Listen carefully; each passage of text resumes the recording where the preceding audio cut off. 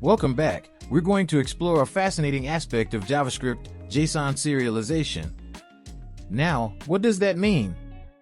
Well, imagine you have a special JavaScript object full of information, like someone's name, age, and address. What if you want to share or save this information in a way that's easy for other programs to understand? That's where JSON serialization comes in. It's like packaging up your JavaScript object into a neat, standardized box that can be easily sent to other parts of your program or even to completely different programs. In our example, we'll take a JavaScript object representing a person and use a magic JavaScript command called JSON.stringify to turn it into a special JSON formatted string. This string can then be easily shared, stored, or sent over the internet.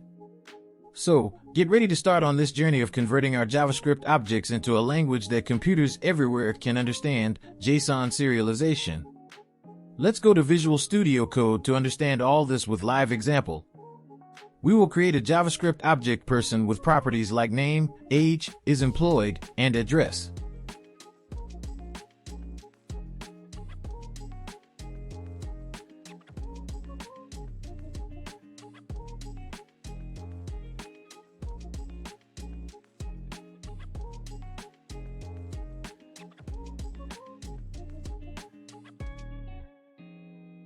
The JSON.stringify person call serializes the JavaScript object into a JSON formatted string, storing it in the variable JSON string.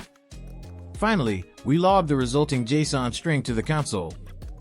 The output will be a JSON formatted string representing the structure and values of the original JavaScript object. Now let's run the code to see the output. Before running, open the terminal by going into the View menu and select Terminal. Now let's run it.